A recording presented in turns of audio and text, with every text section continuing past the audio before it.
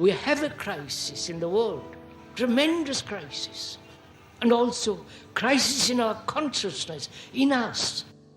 I see the urgency of change, radical revolution, mutation in the mind. I see it. It is necessary. There is complete quietness of the mind, and that which is silent has vast space. Only then that which is nameless comes into being. This is Urgency of Change, the Krishnamurti podcast.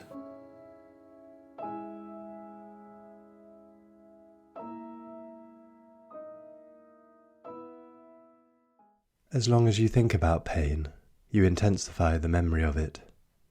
Therefore, thinking about pain increases the fear of it.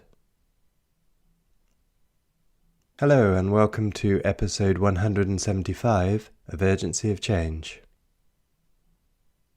Each episode of the Krishnamurti podcast is compiled from carefully chosen extracts from our archives, representing Krishnamurti's different approaches to fundamental issues and questions we all face in our lives. This week's theme is pain. Upcoming themes are responsibility, teaching, and wholeness. This is a podcast from Krishnamurti Foundation Trust. Please visit the official YouTube channel for hundreds of advert-free, full-length video and audio recordings of Krishnamurti's talks. In addition, the Foundation's own channel features hundreds of specially selected clips. You can also find our regular quotes and videos on Instagram, TikTok, and Facebook at Krishnamurti Foundation Trust. If you enjoyed the podcast, please leave a rating or review on Apple Podcasts, which helps our visibility. This week's episode on pain has 3 sections. This first extract is from the 4th question and answer meeting in Saanen, 1980, titled, How Do You Meet Pain? How do you meet pain? Look at it. You have had pain. Toothache, tummy ache, various kinds of headaches, pain. Now, how do you meet it? Rush immediately to the pill, the medicine,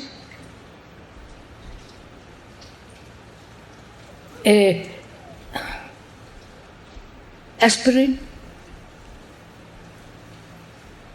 So, how do you meet it?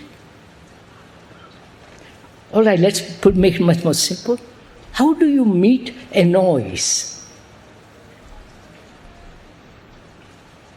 A train goes by, 4 trains during the hour that we sit here. How do you meet that noise?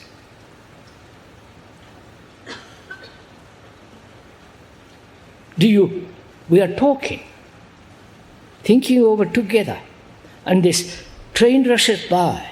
How do you receive it? Do you resist it? Or let this sound go through you and it's gone? You follow what I'm saying? Which is it that you do? I'm not instructing you, please. I'm not your guru, you're not my followers, I'm not your authority. Thank God. How do you meet this tremendous noise that's so disturbing? Do you let it come without any resistance and go on? You understand? Do you do that? Now, if you have pain, and speaker has had part of it, like every human being, do you allow it to end, or you want to end it with some medicine? You're following my question? Do you say you sit in a dentist's chair? The speaker has done quite a bit of it. you sit in a dentist's chair, he drills.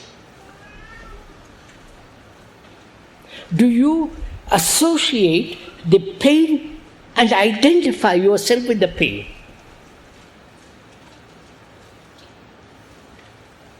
Of course, if the pain is too intense, he gives you some kind of Novocaine or whatever he gives you.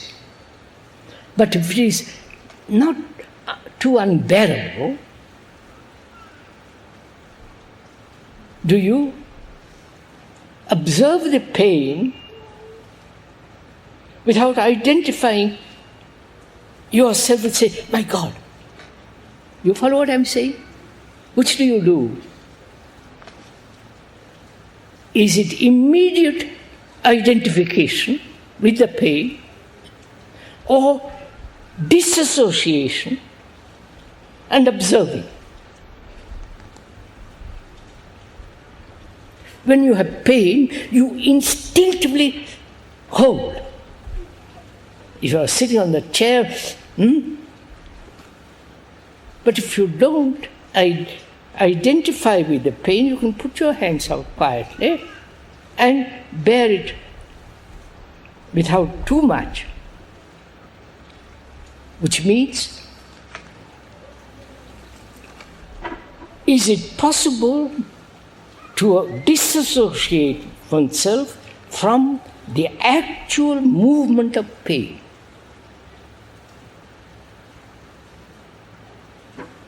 Inquire into it. Don't say it is, it's not. You find out for yourself how much, how far, how deeply one can not identify, I am in great pain. You follow it? Now the question I ask is cancer. I'm sorry. And should he take medicine or operation or bear with it? I know people who have cancer. I've seen them. And they don't want to go on the table to be operated. And they bear with that enormous pain. Whether that pain affects the brain, which has its own capacity to protect itself. I don't know if you've gone into this, I'm just pointing out. You understand what I'm saying? If one has great, unbearable pain, the brain has its own capacity to protect itself against pain. The brain specialists are inquiring into this, are finding out, because I've talked to some of them, are finding out that the brain has the capacity to, or through some chemical reaction, to protect itself against not too much pain, but some pain. Don't accept my word for this. The speaker has found that out long ago. That the brain has the capacity to protect itself against danger, against pain, against certain amount of grief. Beyond that, the brain becomes unconscious. There is giving up.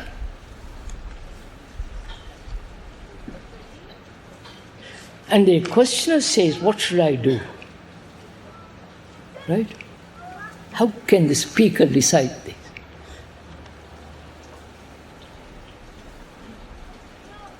Perhaps I can hold his or her hand for a while, but that's not going to solve the problem. Either one has great sense of not identifying with the pain, but it's impossible to have tremendous pain. And if one can bear without operation the extraordinary pain that one has, one must also be aware that it might injure the brain. You understand what I'm saying?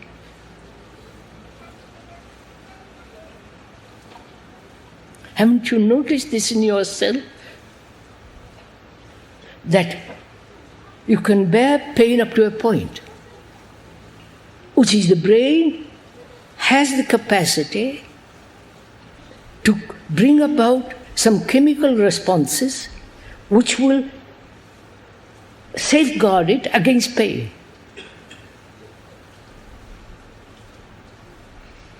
But if you have too much pain, of course, that's impossible.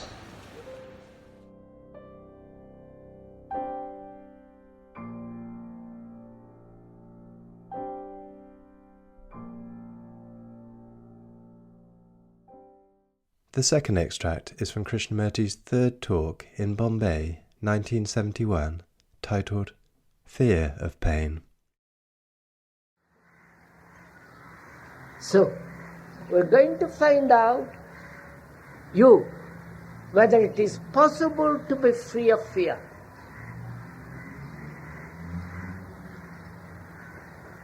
There is the fear of physical pain,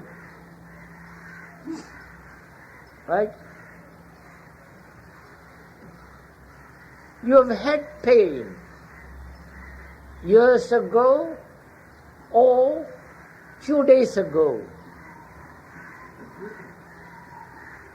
Please listen to this carefully, because we've all had pain, physical pain, agonizing pain or superficial pain, physical pain. And that pain has left a mark on the brain, right? Which is the memory of that pain which you have had 2 days ago or 2 years ago. And you don't want that pain to be repeated, right? So, what is taking place? You have had pain, and there is the memory of that pain, and you don't want it to happen again.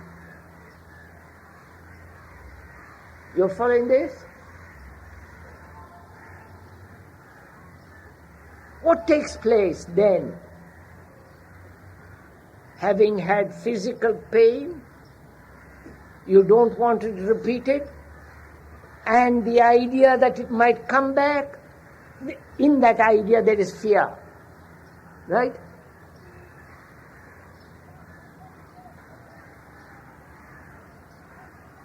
You think about yesterday's or 2 days ago pain,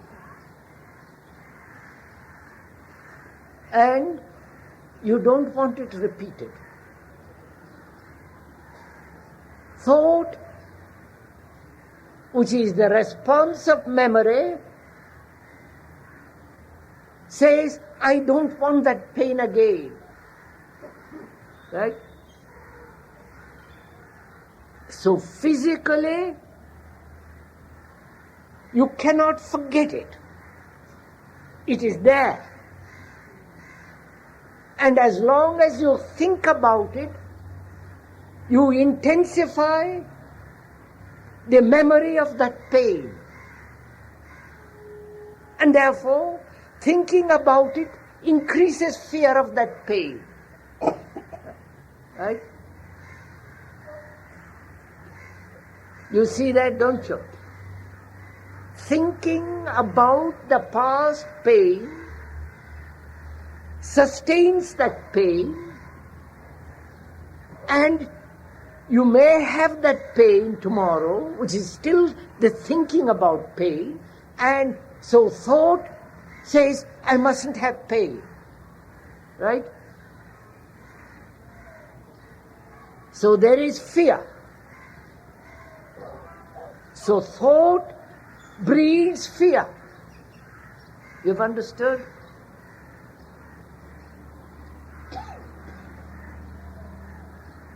I may lose my job. May, that is in the future. So I think about it, I may lose my job, so I get frightened. Right? I think about death, and thinking about it makes me afraid. So thought breeds fear, right? Not only the fear of the past, but also fear of the future. Unless you follow this very carefully, you won't, when you leave, be free of fear. Together we are going to work and see if you cannot totally be free of it. Then you will be a free man. And you can then put away all your gurus. You will then be able to think, see, live very clearly and in an ecstatic state. So you must together understand this question basically.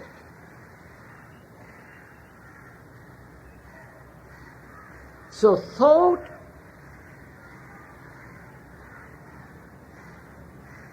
sustains, gives a continuity to psychological pain as well as physical pain, right? Now hold it, wait there, leave it there. You've had a great pleasure yesterday. Sensory pleasure, sexual pleasure, or the pleasure of seeing a beautiful tree, or the lovely sunset.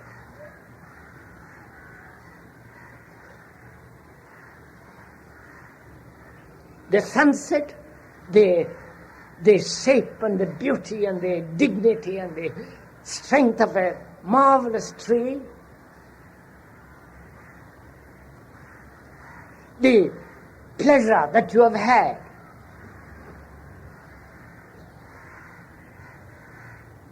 all that is recorded, isn't it? When you see a sunset, if you ever have taken the trouble to look, when you have looked, it is recorded on your brain. And when after seeing it, or see at that moment, there is no sense of I want it to be repeated. There is just the experiencing of it. Then a second later, you say how beautiful that is. I want it repeated. You understand? The desire to have it repeated is the beginning of pleasure, right? You understand this? The desire to have a repetition of an event which has given a delight, the pursuit of it, the demanding further experiencing of it is pleasure, which again is thought, right? That is seeing the sunset, then thinking about it and wanting it to be repeated. That is pleasure, isn't it? Which is what you do when you have sexual pleasure. The repetition, the image, the thinking about it, chewing, all the rest of it, and wanting it again. Right? So thought, thinking, breeds fear as well as pleasure. Right? Thought gives continuity to fear and a continuity to pleasure. But when you have physical pain, yesterday or 2 years ago, to have it, finish with it, not record it. Do you understand? Then there is no continuity brought about by thinking about it. I'm going to go into that. Please listen to this. Because you see, sirs,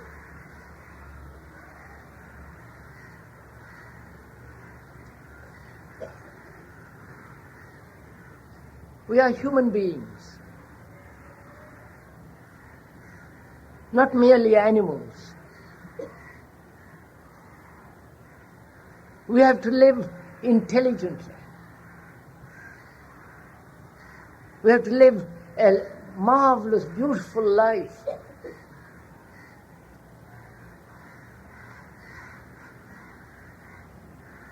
And if one lives in fear, which is anxiety, guilt, sense of failure, fear. Fear of the dark, fear of death, fear of losing your money, fear of not becoming a great man, fear of, dozens and dozens of forms of fear. But fear is the same, expressed in different ways. So thought nourishes, sustains, gives continuity to fear and pleasure. Right? So the question then is, can thought not end, but can thought, which has created such marvelous thing in the world,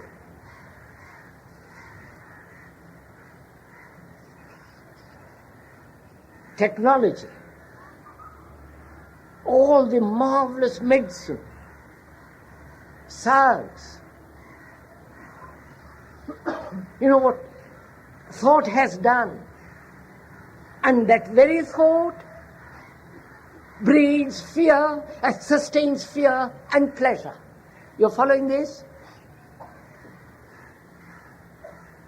So, what is thought, and where should thought function completely, totally, rationally, sanely, and where should thought be completely quiet? You're following my question?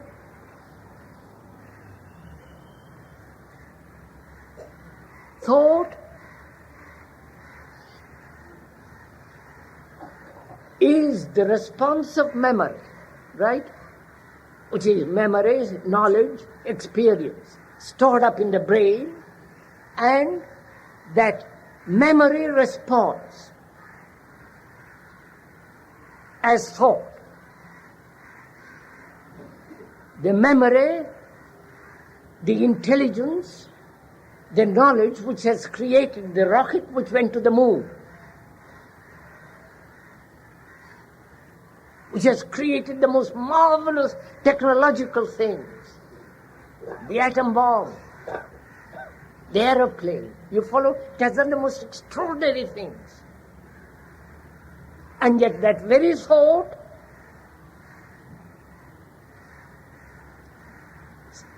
gives continuity to fear.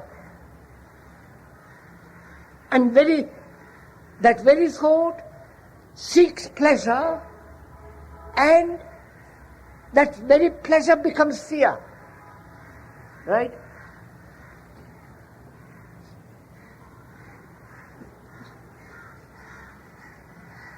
You see the difficulty? You need thought to function rationally, objectively, sanely, reasonably, logically. And also you see how thought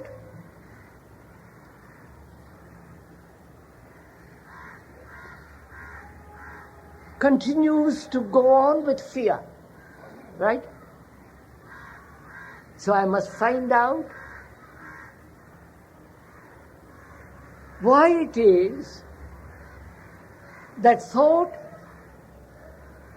always, if I can use the word interfere, when there is an experience of pleasure or pain. You're following this? Why thought,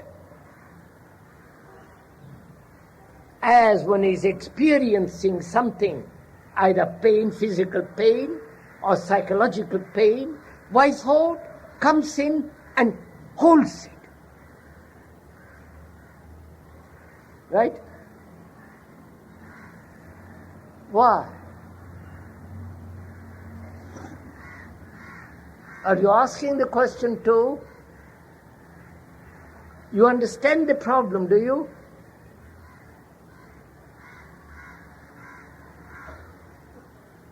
Look, to be able to speak English, I must have a great deal of knowledge of English. Knowledge, memory, and all the rest of it. And thought is using the words in order to convey something. Right? Thought is using knowledge. And thought also uses knowledge which breeds fear. Right? Knowledge of pain of yesterday. Knowledge of the pleasure of yesterday. Right?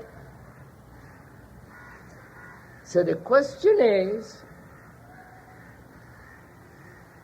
why does thought always avoid the one, which is fear, and hold on to pleasure? That's one question. Why does thought interfere when there is an experience? You understand? I have an experience of the sunset.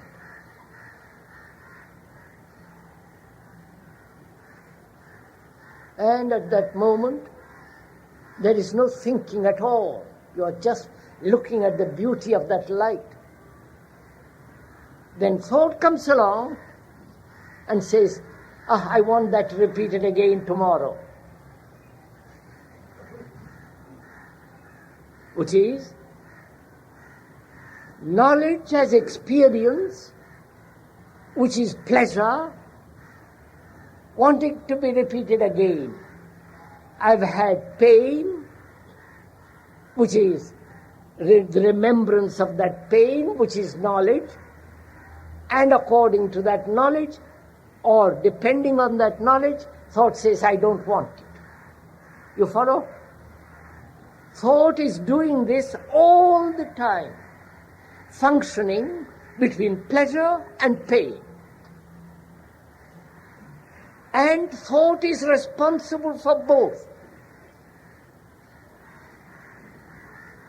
Right? That is, are you all getting tired of this? This is your life, my friend.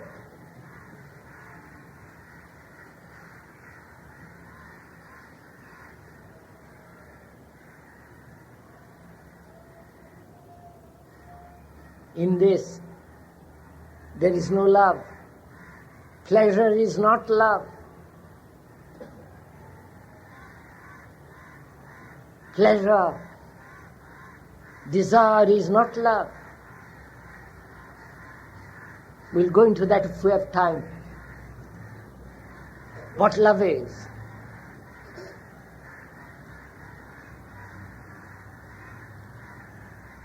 So knowledge, on the one hand, is essential. Otherwise you can't go home. Otherwise you can't talk your language. You can't invent. You can't construct if you're an engineer and so on. Knowledge is essential. And also, the knowledge of the pain of yesterday breeds fear. Right? So you have to find out, not be informed by the speaker, find out for yourself what it is that acts when thought is absent. You follow? You have understood my question?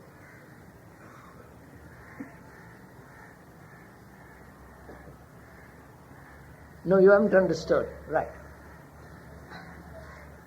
Now look, sir. We said at the beginning of the talk that we're going to look at our lives. Look, observe, examine, not run away from it. You are forced into a corner to look at it for a change. There is no escape. Sitting there, listening, there is no escape. Therefore you are facing life, your life. And when you are looking at it, you discover these two principles, fear and pleasure. Please follow this carefully. You discover it. You are not told by the speaker. You yourself have found it. And as we are sharing the problem together, you see the nature of fear and the nature of pleasure. You're not saying I mustn't have pleasure. You're not saying I mustn't have fear. We are investigating, understanding fear, understanding pleasure. We are not saying you must be without desire or without fear. When you understand something, you will be free of it. And you can only understand it when you look at it, when you investigate it, when you learn about it. And we are learning together about fear. You're following this?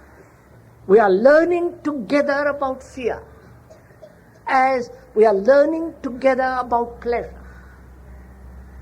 So, if you have followed from the beginning, observed all this, your mind, if you observe it, your mind has become very sensitive, right? Very alert, aware of this whole problem. Not completely, because to go into this whole question of fear, one can look at it immediately and understand it instantly. Not through analysis, but see it immediately. And when you have observed this, you find, don't you, that you have a mind that has learned, is learning. And therefore, it has become somewhat intelligent. Right? Somewhat intelligent.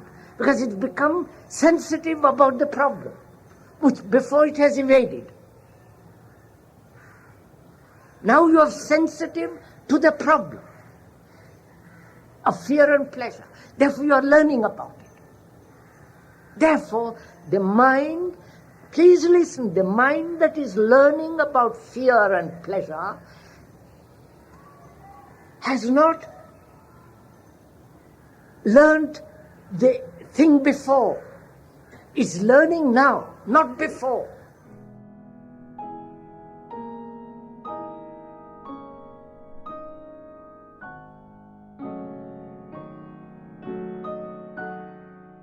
The final extract in this episode is from the first question and answer meeting in Saanen, 1982, titled Psychological and Physical Pain.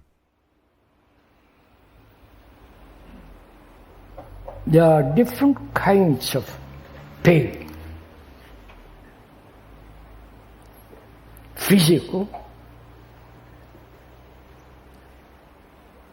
and psychological. Now, the psychological pain, the agony, the acute suffering, is that what one is concerned with, or the physical pain, a certain incurable disease like cancer? How do we meet this?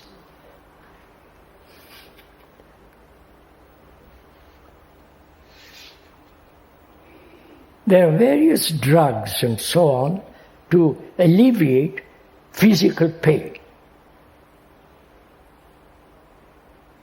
And one can put up with it. I'm sure most of us have experienced, in spite of the drugs, put up with certain forms of pain. When it becomes acute, then you do something, some kind of medicine, medical treatment. So, let us first look at the psychological pain, which may be psychosomatic. And what is pain inwardly? You answer, please. What is psychological grief? Pain. Pain that's caused by many factors. Like one wants to fulfill, become, achieve, and there's the pain of all that. Right?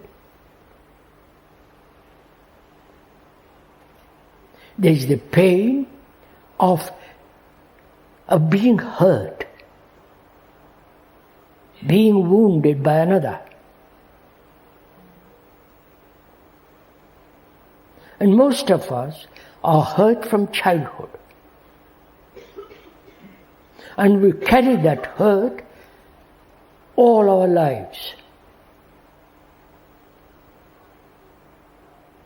That hurt brings about a resistance, right?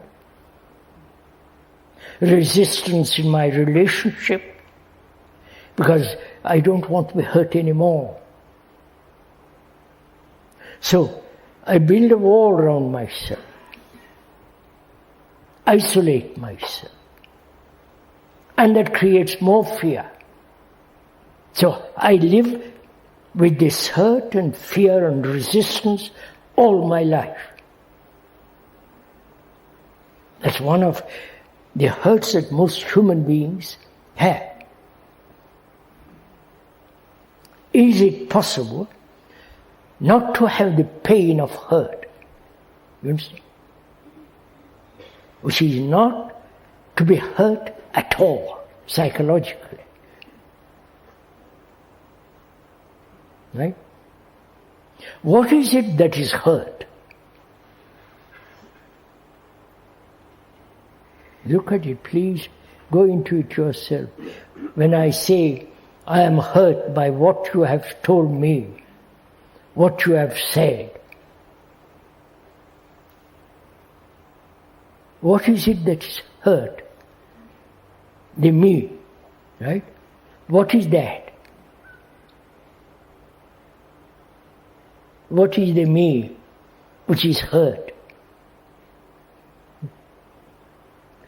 The thought which has created the image being myself, right? Myself is not without the image. I wonder, right?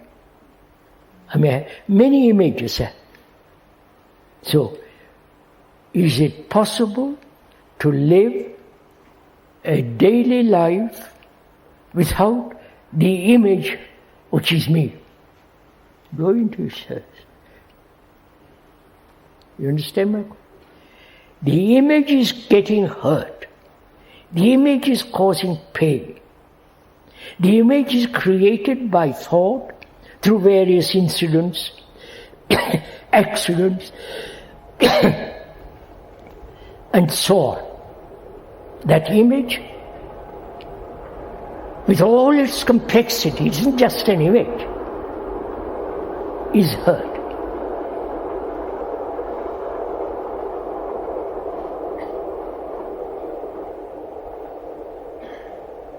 The images have a conclusion. I have come to a conclusion. And I hold on to that conclusion. And any disturbance of that conclusion is pain. I believe, if I do, in God. And you come along and say, don't be absurd. Then that very verbal assertion has hurt, because I'm beginning to question. Or I may not question, but I'm hurt. Because you say something very serious. So, as long as we have an image, as long as the process of thought, which is constantly creating the image and giving life to that image, there must be pain. Right? This is a fact. Then one asks, can that pain end? Which means, can one live in this life without any image?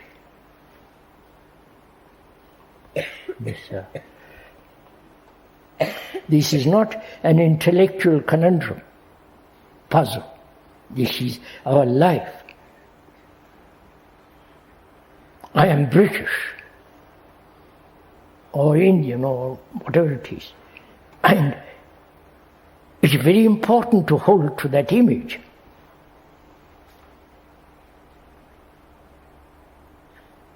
Any slur on that image, I get violent. And pain follows, and so on. Can one live with a life without any image whatsoever? Right? You think it out. Now there is this psychological pain. If one understands the nature of this pain inwardly, therefore there is no image, and therefore there is no pain as we psychologically know it. Right? From there, let's move to the physical pain. Not from the physical to the psychological, but from the psychological to the physical. Right? We always are concerned with the physical pains. Right? Never inquiring into the psychological structure of pain inwardly. Right? We begin with the psychological, the psychosomatic states of mind and brain, and then inquire into the physical pain. We live such rotten lives, smoke, drink, and all the rest of it. We are all the time corrupting the natural process of life, right? Polluting the air, waters, eating dead animals, right? Carcasses, and indulging ourselves in various forms of sensation, and taste becomes all important. So we are physically, we yield to all the things that seem so abnormal, right? And that may be, and perhaps is one of the causes of physical pain, which is disease and illness. We're not going to the question, now what is disease and what is illness? We'll do that another time. Or you have an accident in a car. Your arm or your leg is broken, and so on, so on. Can one look at all this pain, physical pain, if it isn't too acute, to observe it and remain with it for a while, as long as one can? You understand my question?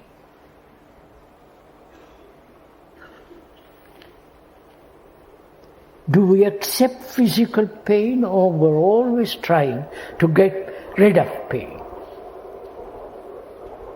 If it is acute, naturally, we want to be free of pain. But can we observe pain not being identified with pain? You understand my question? Suppose I have a bad headache, migraine. Can I observe it, not identify myself with it? You understand my question?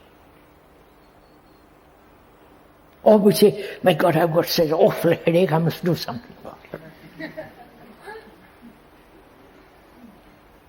Or, if it isn't too terrible,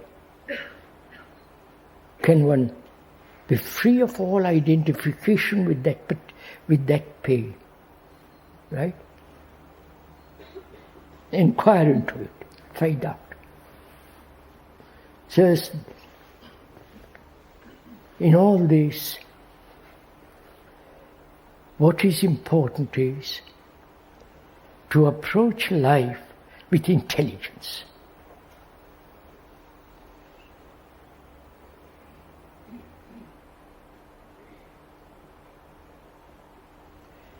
Now, what is intelligence? This is a problem, isn't it? Here is a problem. First problem was whether the brain can be kept fresh, young, active, clear. The second question can one bear pain, and so on. Now, in observing these two questions, the central factor comes out, which is intelligence. To approach life, which is pain, pleasure, anxiety, sorrow, and all the complexities of this life which man has made for himself, both outwardly and inwardly. The wars, the terrors, the terrorists, kidnapping, the brutality, the vulgarity, the coarseness, the whole of that, which is part of a life. 10.1. Approach all this with real intelligence.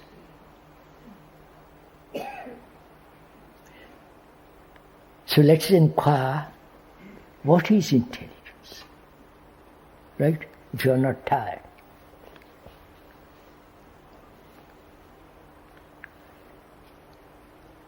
Intelligence, the meaning of that word is to accumulate information and use it, collect a lot of information and use it so-called intelligently. Not according to your pleasure or pain. According to your bias, you have collected a lot of experience, knowledge, and employ that knowledge actively in life, intelligently.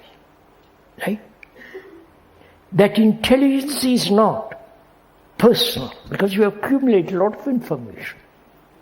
You may identify yourself with that information as saying my information, but it's information. So, can you see that intelligence is not personal, is not the clever activity of thought, right?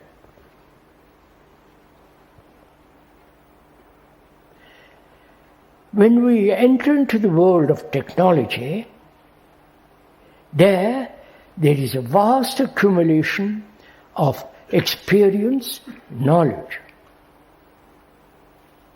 A technician may use that tremendous accumulation and identify himself with that accumulation, with that knowledge, and says, I have done it. Right? Or he uses that information, knowledge, to produce something. Like a scientist who has gathered a great deal of knowledge from previous scientists and uses and inquires further and is adding to that knowledge. But the moment he identifies himself with that knowledge as me, the great person who has, then that activity is not intelligent, right? Are you right? And intelligence is not the activity of thought. This is difficult to understand now. We are inquiring, not accepting my definition. You are not accepting my description and explanation of what is intelligence. We are seeing together what is intelligence. Not my conclusion or your conclusion, right? Now what is intelligence? Knowledge, thought is based on accumulated knowledge, right? Therefore, that knowledge will always be limited. There is no complete knowledge about anything. We must be clear on this point. Right? About the universe, about science, about physics, there is no complete, total knowledge. They're always adding, right? So knowledge goes hand in hand with ignorance, right? Of course. I know you won't like that, but that's a fact. Right? So, knowledge being limited, thought must be limited. Right? That's so, it's limited. And whatever thought does, cleverly, being limited is not complete intelligence, right? You following this? So, it is not the activity of thought bringing about clever perceptions, clever arguments, clever doctrinaire theories. That's not intelligence, right? So what is intelligence? We have negated what is not. Right? Right, sir? We have said this is not it, this is not it, this is not it. Then what is?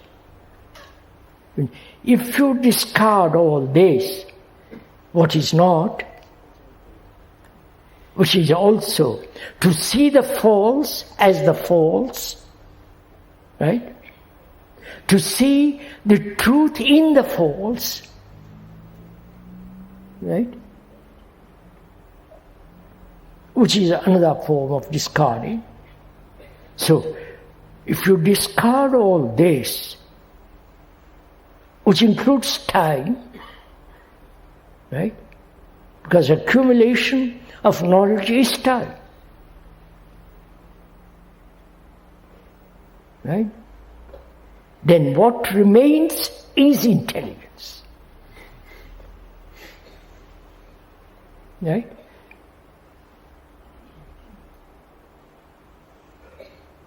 Now just a minute. I see something. I see I am vain, proud, arrogant. That is perceivable.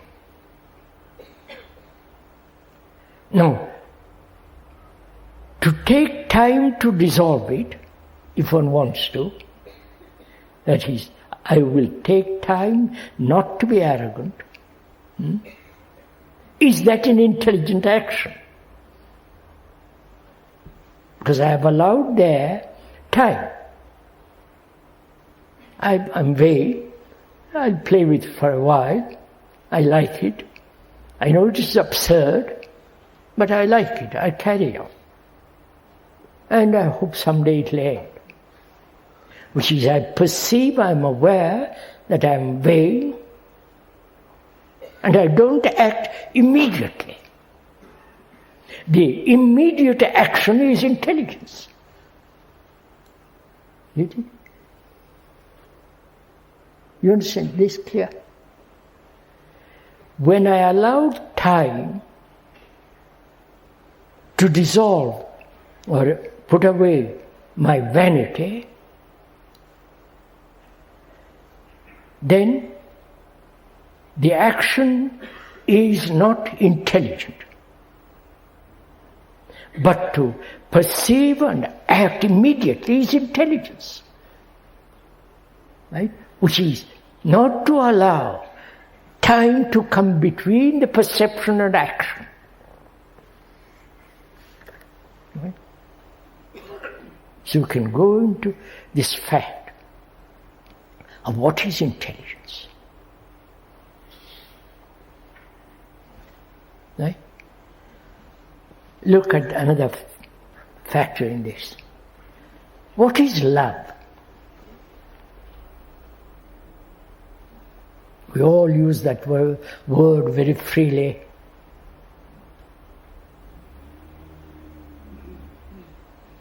What do we mean by that word? You can only find out the depth of that word, the depth of that feeling, the clarity, the intensity of it, only when you discover what it's not. Right? Right?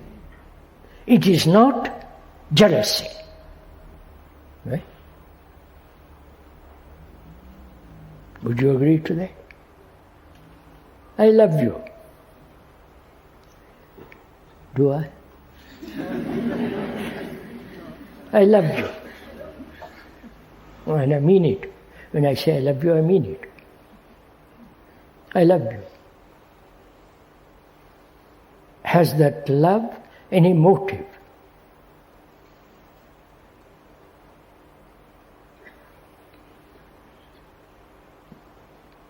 That is, the motive being, I love you because I sit on a platform and talk to you. I feel very satisfied. Very, all the ugliness of it. I fulfill in that and so on, all that absurd stuff. So, when I say I love you, if there's a motive, it is not. Right? If there is jealousy, which is, I'm attached to you, I cling to you, it gives me a sense of power, position, a sense of the avoidance of loneliness. And when I say I love you, it means I'm attached to you. Is that love? Go on, sir, investigate it. Is attachment love? Obviously not. So, I have discovered jealousy is not, attachment is not. I perceive attachment. I'm attached. I won't take time to free myself from attachment. I see the consequences of attachment and end it immediately. That is intelligence. So, what are the factors which love is not?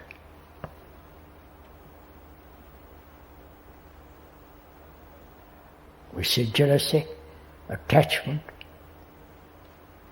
and isolation. My ambition, my fulfillment. In fact, the whole movement of self-centered activity is not love. Right? So don't look so dazed. These are facts. So by negation, one discovers what it is. Not occasionally or rarely. And if one has gone into this deeply, there is that quality, that perfume, that intensity, the beauty of it. And with it comes compassion. I cannot be compassionate if I'm attached to any form of concept. If I love my God and say I'm compassionate, it's not compassion. So, love, compassion, intelligence go together. So, can we approach this with this intelligence, this problem? Psychological pain and psychological pain and physical pain. Not to get neurotic about it.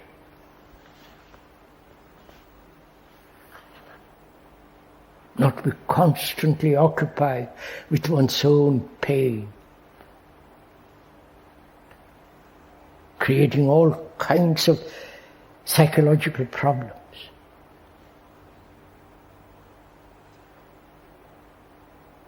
Right?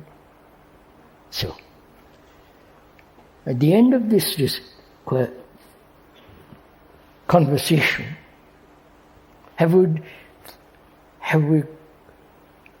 is there this quality of intelligence? Is there this quality of intelligence which is love, which is compassion? Or merely clever argumentation, dialectical inquiry, opinion against opinion, idea against idea, which is conflict. One ideological group against another ideological group. The communist ideology and the totalitarian ideology and so-called democratic ideology. These two are in battle now. So, after this conversation together, is there this perfume, this quality of intelligence and compassion that is active?